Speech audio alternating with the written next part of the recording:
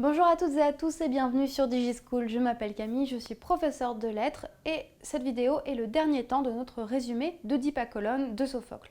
Nous allons nous pencher à présent sur le 4e épisode ainsi que sur l'Exodos.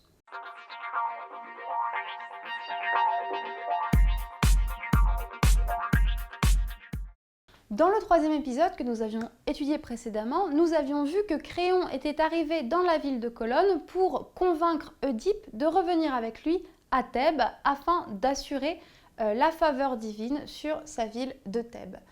Mais face au refus d'Œdipe, Créon avait décidé d'enlever ses deux filles, Ismène et Antigone.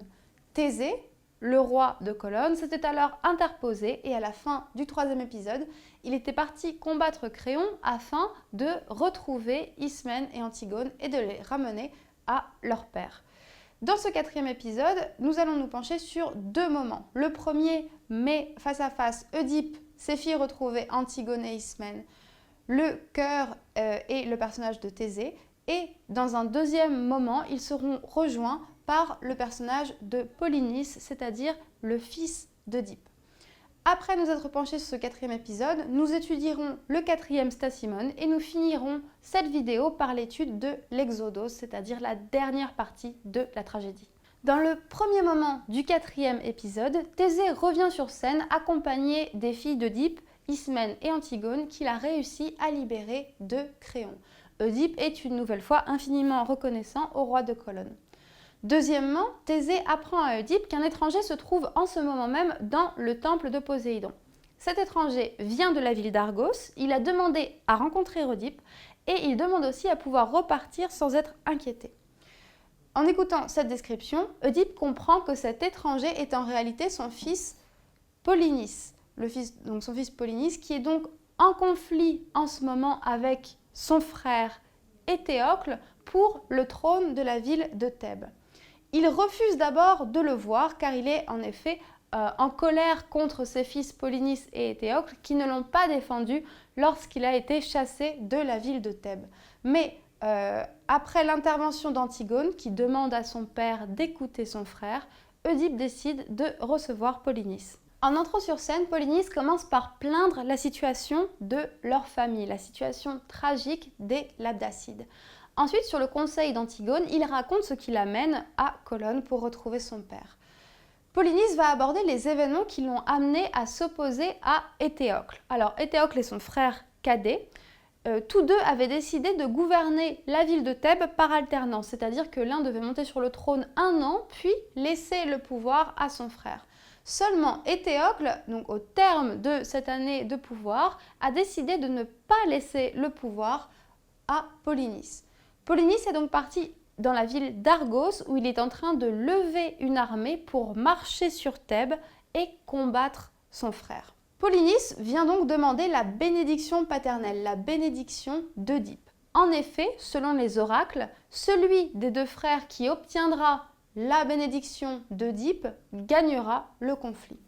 Cependant, Œdipe refuse d'accorder sa bénédiction à son fils Polynice. Il rappelle à ce moment comment ses fils ne l'ont pas protégé lorsqu'il a lui-même été évincé du pouvoir à Thèbes, lorsqu'on l'a envoyé en exil. En plus de cela, Œdipe maudit son fils Polynice en lui souhaitant qu'il meure de la main d'Éthéocle, de la main de son frère, tout comme Éthéocle mourra de la sienne. Donc il maudit ses deux fils en leur prédisant qu'ils s'entretueront, ce qui est effectivement ce qui se passera dans des tragédies comme Antigone.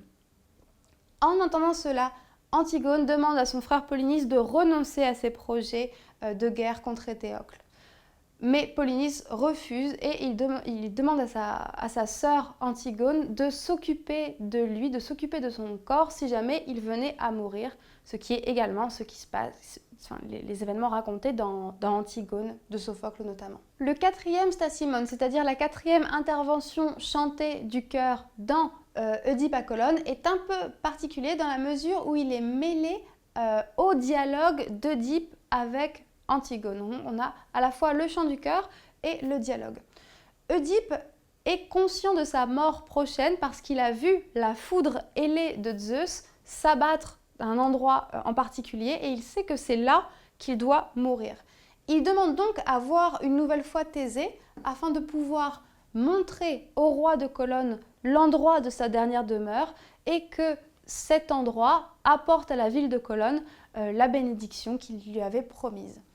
Guidé par Hermès, Oedipe emmène donc Thésée et ses 2 filles hors de scène vers sa mort. Le chœur prie ensuite Hadès d'accorder à Oedipe une mort douce. Enfin, dans l'Exodos, c'est-à-dire la dernière partie de la tragédie qui va apporter la conclusion de l'intrigue, un messager entre sur scène pour raconter la mort d'Oedipe. Il rappelle que seul Thésée connaît l'emplacement de la dernière demeure d'Oedipe. Ismène et Antigone se lamentent et le chœur les réconforte en leur assurant qu'elles ont trouvé à Colonne un refuge. Voilà, c'est tout pour aujourd'hui. Merci d'avoir suivi cette série de vidéos. N'oubliez pas de vous abonner à notre chaîne. À très bientôt sur DigiSchool.